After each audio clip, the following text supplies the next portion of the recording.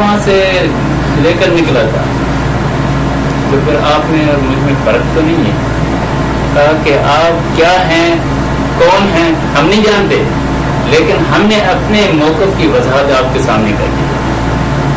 پھر انہوں نے مجھے کتابیں دی کہ بھائی یہ ہمارے مذہب کی کتابیں ہیں ہمارے عقائد کی کتابیں ہیں جو بھی کچھ آپ کو دیکھنا ہے آپ کو اس کا دلیل ملے گا کتاب اللہ سے سنت رسول صلی اللہ علیہ وسلم سے.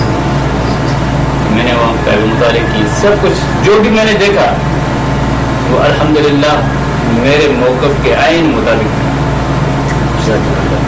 آج تقلید شخصی اور سلفی مکتب فکر کے درمیان آپ کیسے تقابل کرتے ہیں؟ اصل میں یہ ہے تقلید شخصی اور مذہب سلفیہ. حقیقت کے لحاظ سے اگر دیکھا جائے تو تقلید یہ دین کا حصہ نہیں. کیوں؟ اس وجہ سے کہ قرآن کریم بار بار کہتا ہے اطیعوا اللہ و اطیعوا الرسول. اللہ اور رسول کی اطاعت یہ حکم ہے. تقلید کا حکم کہیں بھی نہیں. آپ کو نہ کتاب اللہ سے ملے گا نہ سنت رسول سے ملے گا. اور میں نے عرض کیا کہ دین نام ہے سنت اور کتاب اللہ کا. جب ان کے اندر تقلید کا حکم نہیں تو سمجھے دین نہیں. باقی اگر کوئی تقلید کرتا ہے تو وہ سنت اور کتاب اللہ سے ہٹ کر ہے. ہم اس کو دین کا حصہ یا شریعت کا حصہ نہیں تسلیم کرتے. آج کل کہا جاتا ہے کہ اجماع تقلید پر ہے اس لیے تقلید ضروری ہے اور جو تقلید نہیں کرتے انہیں کہا جاتا ہے کہ یہ جو اللہ کے رسول صلی اللہ علیہ وسلم کی حدیث ہے کہ من شذ شذ فی النار اس کے تحت یہ گمراہ ہے. اس کے بارے میں آپ کیا فرمائیں گے؟ اصل میں بات یہ ہے کہ اجماع یہ حجت ضرور ہے لیکن اجماع کون سا حجت ہے؟ صحابہ رضوان اللہ تعالی علیہم اجمعین ان کا اجماع وہ حجت ہے. لیکن ان صحابہ کی اجماع کے حوالے سے یہ ثابت نہیں ہوتا کہ تقلید اجماع سے ثابت ہے. میں ایک چھوٹا سا مثال دیتا ہوں کہ حضرت ابو بکر صدیق رضی اللہ تعالی عنہ کی شخصیت رسول اللہ صلی اللہ علیہ وسلم کے بعد پوری انسانیت میں سب سے افضل ہے. اس سے بڑھ کر کوئی اللہ کا ولی اللہ کا دوست. لیکن وہ کیا فرماتے ہیں کہ ان اطیعت اللہ اور ورسولہ فاطیعوا. اگر عصیت اللہ ورسولہ فلا طاعۃ لی علیکم. سن لو اگر میں اللہ اور رسول کی اطاعت کے زمرے میں آپ کو اگر کوئی حکم کروں تو قبول کرنا آپ کا فرض ہے. کس کا حوالہ دے رہے ہیں؟ اللہ اور رسول صلی اللہ علیہ وسلم کی اطاعت کے حوالے سے, اپنی تقلید کے حوالے سے نہیں کہ بھائی میں بھی افضل بشر ہوں. پیغمبر کے بعد پوری بشریت میں انسانیت میں امت میں سب سے افضل ہوں. آپ میری تقلید کریں گے تو گمراہ تو نہیں ہوں گے؟ نہیں کہہ رہے. کہتے ہیں کہ میں اللہ اور رسول صلی اللہ علیہ وسلم کی اطاعت کا زمرے میں آ کر آپ کو حکم دوں تو آپ کے اوپر واجب ہے میری اطاعت کرنا. اگر میں خدا نخواستہ اللہ اور رسول صلی اللہ علیہ وسلم کے فرمان کے مخالف میں فیصلہ دوں تو پھر میری اطاعت تمہارے اوپر لازم.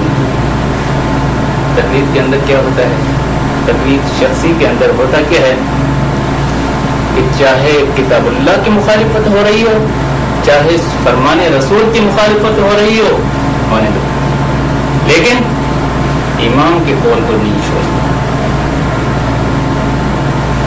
یہ دین کیسا ہے؟ جب ابو بکر جیسی شخصیت ان کی تقلید، ان نے تقلید کا کلکمہ کیا، تو امام ان کے مقابلے میں افضلیت کے درجے پہ نہیں، ابو بکر سے بڑھ کر نہیں. جزاک اللہ خیر. آپ نے ابھی فرمایا دوران گفتگو کہ آپ مدارس سے فراغت حاصل کرنے کے بعد آپ نے مفتی کی وہاں پر ڈگری لی اور اس کے بعد آپ کو وہاں سے نکال دیا گیا. جن اساتذہ نے آپ کو وہاں سے نکالا ان سے اہل حدیث ہونے کے بعد آپ کی ملاقاتیں ہوتی ہیں؟ ہاں، جنہوں نے نکالا ہے ان سے خیر ملاقات تو نہیں ہوئی، لیکن جو میرے دوسرے اساتذہ ہیں وہ بھی اکابرین میں سے شمار ہوتے ہیں، اکابرین دیوبند ان میں سے شمار ہوتے ہیں.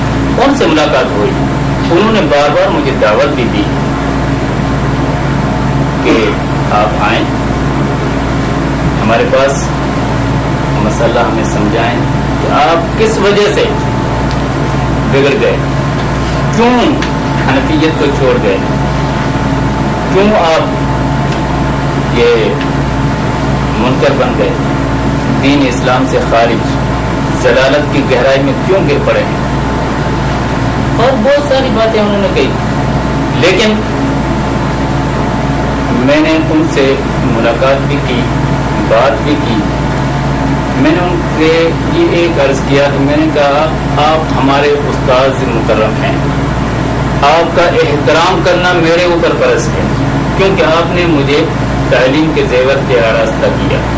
آپ کا احسان میں زندگی بھر نہیں بلا سکتا، لیکن ہر کسی کا نظریات نہ ہوتا، میں آپ کا مقلد نہیں. وہ کہتے ہیں کہ پھر تو آپ استاد ہیں، پھر آپ کہتے ہیں کہ آپ کے دل میں استاد کا احترام ہے، عزت ہے. یہ کیسا احترام اور عزت ہے جبکہ آپ اساتذہ کی مخالفت کر رہے ہیں؟ تو یہ گستاخانہ رویہ ہے، یہ عزت اور احترام کا رویہ تو نہیں ہے. میں نے ان سے کہا کہ اگر یہ نظریے کا اختلاف، اگر اس کو آپ گستاخی کرتے ہیں تو پھر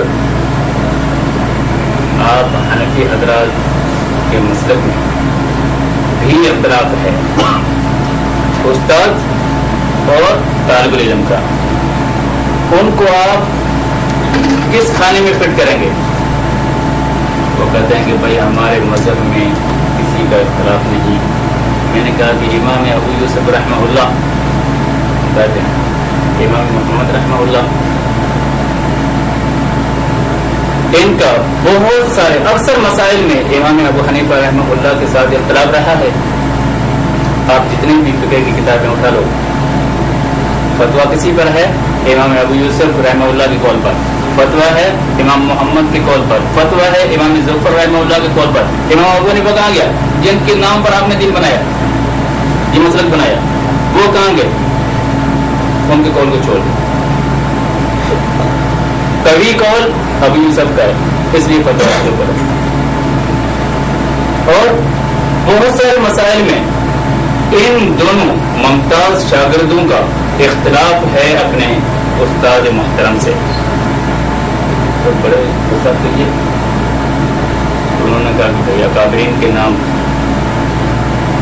جیسے تم گندے پر استعمال کر رہے ہو، استاد ہیں، ایسے ہیں ویسے ہیں. میں نے کہا کہ میں نے اختلاف کے حوالے سے بات کی ہے.